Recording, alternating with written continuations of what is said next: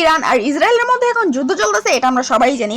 কিন্তু এখানে কথা হলো কিছু টক্সিক আর্মিরা এখানে এসে গুজব ছড়াচ্ছে যে আমাদের জেনে নাকি ইসরায়েল সাপোর্ট করে, আর এটা নিয়ে তারা বেশ কিছু এআই দিয়ে মেক করা স্ক্রিনশটও বের করেছে। না মানে ভাই, এই রমজান মাসে এসেও কিছু ফ্যান্ডম, আর তার মধ্যে বিশেষ করে কিছু টক্সিক আর্মিদের চুলকানি ঠিক হয় নাই, এবং তাদের এই চুলকানির জন্য এখন তারা জেনে কি নিয়ে গুজব ছড়াইতেছে। যাই হোক, আমি এখানে বেশি একটা ঘুরিয়ে পেঁচিয়ে কথা বলবো না, সরাসরি মেইন পয়েন্টে আসা যাক। তো বেসিক্যালি তোমরা আবারও কিছু ফ্যান্ডম একসাথে হয়ে জেনে কিনে একটা গুজব ছড়াইছো, যেটা কিনা তোমরা প্রতিনিয়তই করে থাকো। কারণ কিছুদিন পর পর এইসব গুজব না ছড়ালে তো তোমাদের আবার পেটের ভাত হজম হয় না, তাই না?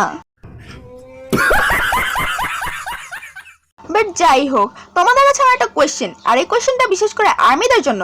না মানে আর্মিরা, তোমাদের কি কোনো খেয়ে দেয়ে কাজ নাই? না মানে তোমাদের আইডলরা কামব্যাক করতেছে, তোমাদের তো এটা নিয়ে খুশি থাকা উচিত। তা না করে তোমরা উল্টা আমাদের আইডলকে নিয়ে গুজব ছড়াতে ব্যস্ত হয়ে পড়ছো। না মানে এটার মানে কি? এটার মানে কি এটাই দাঁড়ায় তোমাদের কাছে তোমাদের আইডলের চেয়ে আমাদের আইডল বেশি গুরুত্বপূর্ণ? আর এর জন্য তোমরা বিটিএস এর কামব্যাক বাদ দিয়ে আমাদের আইডলকে নিয়ে গুজব ছড়াতে ব্যস্ত হয়ে পড়তেছো? না মানে এটা আমি বলতেছি না, এটা তোমাদের কথায় বোঝা গেছে।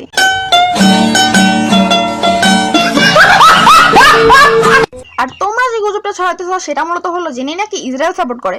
তো তোমাদের মতো আর্মিদের কাছে আমাদের ব্লিঙ্কদের কোনো কিছু এক্সপ্লেন করার দরকার নাই, বাট তাও বলতেছি ভাই, তোমরা যে এআই দিয়ে পোস্টারটা মেক করছিলা, সেই পোস্টারের নিচে লেখাই ছিল মেড বাই এআই।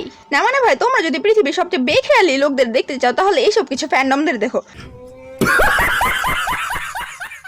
না মানে নিজেরা এআই দিয়ে ছবি বানায় আবার ওয়াটারমার্কটাই মুছতে ভুলে গেছে। আবার এরাই কিনা এসে বলতেছে যে নাকি ইসরায়েল সাপোর্ট করে। বাহ, কি আর বলবো ভাই, হাস্যকর ব্যাপারটা।